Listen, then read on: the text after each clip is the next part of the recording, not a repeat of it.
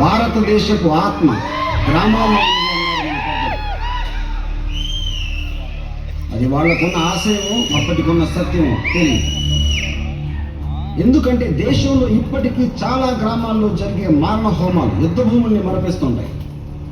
అలాంటి ఒక యుద్ధ భూమి ఆనందపురం.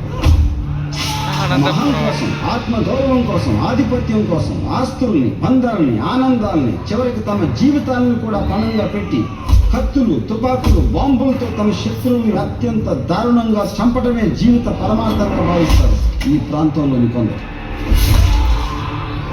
తరతరాలుగా వారసత్వంగా ఆగని మారణకాండను చూస్తుంటే మన పెద్దలు చెప్పిన భారత ఆత్మ ఇక్కడ బతకడం అటుంచి వీధి వీధిన దెయ్యమై తిరుగుతుందా అనిపిస్తుంది.